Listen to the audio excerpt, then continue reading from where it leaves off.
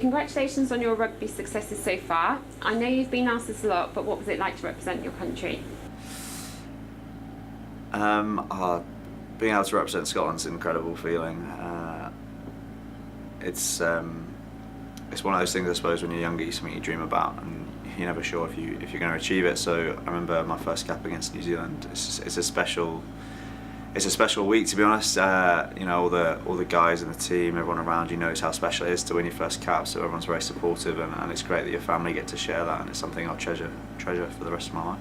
And how did you cope with the pressure of being named as captain in the Test match against Ireland last year, and then again in the World Cup match against the USA? I suppose it's something that I take all the experiences I've learned over the years. I'll take that forward. I've spoken to multiple people about the role. So guys like Al Kellogg, who's captained me here at Glasgow, other guys like Mike Blair, captain Scotland, Chris Custer, people like that. I spoke to them and basically asked them, you know, for help, guidance, as you would with anything in life, really, and try to take my own take on it and do it to the best of my ability.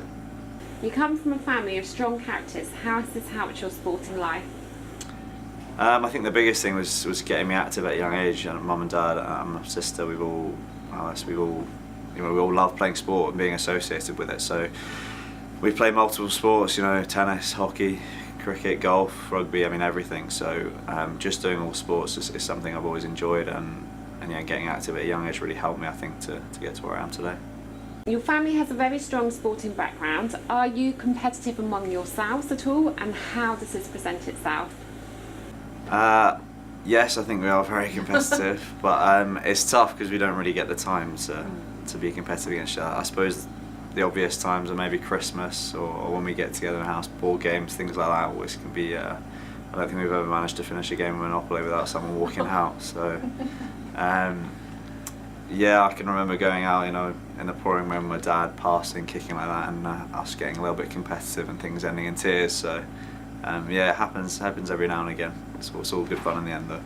What is the most important thing you have learned in life so far? Oh, tough one. I suppose, well, two things. I think, you know, hard work. I think you're not going to get anywhere you want to be if you don't work hard. So I know in my rugby journey so far, you know, everything comes down to hard work. There's a lot of guys who've got talent, or a lot of guys, you know, who are in a good position, but if you don't work hard to try and improve and work on, you know, get better, then you're probably not going to get to where you want to go. And secondly, probably is enjoyment. I'm very fortunate to do something I absolutely love, and I know I speak for everyone at Glasgow here. Everyone loves their job, and it's such a fortunate career that we've got, and I come into training every day really looking forward to working and improving. It's something you know, I really enjoy, and hopefully I've got a few more years ahead of me. What opportunities did you have to find and develop all your talents at Bryanston? I think, well, Bryanston gives you so many opportunities. I think that's the great thing about the school. I think whatever you are interested in, or you know, whatever, you know, gives you enjoyment, you get the opportunity to do, whether it's sport, art, drama, you know, education. The ability also to be in a boarding school environment, socialise with your friends, you know, throughout the week and at weekends, things like that is a very unique experience. And I know, chatting amongst the guys some of them who've been to boarding schools at Glasgow, or guys who haven't, you know, it's something I always explain to them how unique an experience Branson is, and how much I enjoyed it, basically. How did Bryanston help you become what you are today?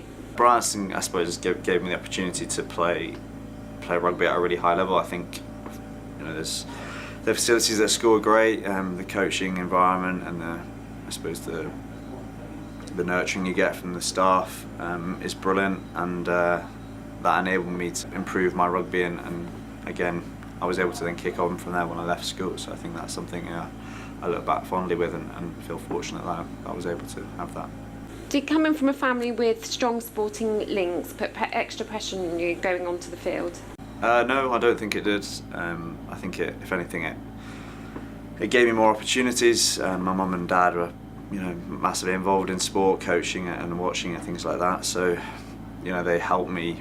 Obviously I was really keen to go down that path as well. So, if anything, it helped me. I didn't think it put any extra pressure on me. I think pressure throughout me growing up has basically come from myself. You know, I want to achieve things. So they've only really helped me and given me those opportunities. They probably understand, don't they? So they've supported you more and actually still come and support you now, don't Yeah, no, they've supported me a huge amount, mum and dad and my sister. And yeah, mum and dad, they come up as much as they can to watch me and continue to support me, which is great. And I remember my dad, and my mum taking me to numerous sporting events when I was at school, or growing up playing club rugby in Dorset, things like that. So yeah, they've been. Without them, I wouldn't be where I am today, and I've been very fortunate to have them as parents. So you left nearly 10 years ago. What are your impressions of Bryanston now? Because it has changed a little bit since you left. Yeah, I mean it's tough. I don't get loads of opportunities to get back down to school, but when I do, I think the biggest thing you see is the changes in infrastructure. I suppose there's so many new buildings. The setup of the school is quite different, but I think it looks great. It's great that the school's always trying to improve. Always trying to improve the facilities, things like that, which is great. And great to see multiple guys coming out of the school and looking to further their rugby careers. Really, you see guys like Ollie Devoto who's just made the England squad, which is a huge achievement. So yeah, it's good. And I played against Hugh Bennett a few years ago, and I played against Ollie. So it's great when you see guys like that doing well at Branson. They're taking that.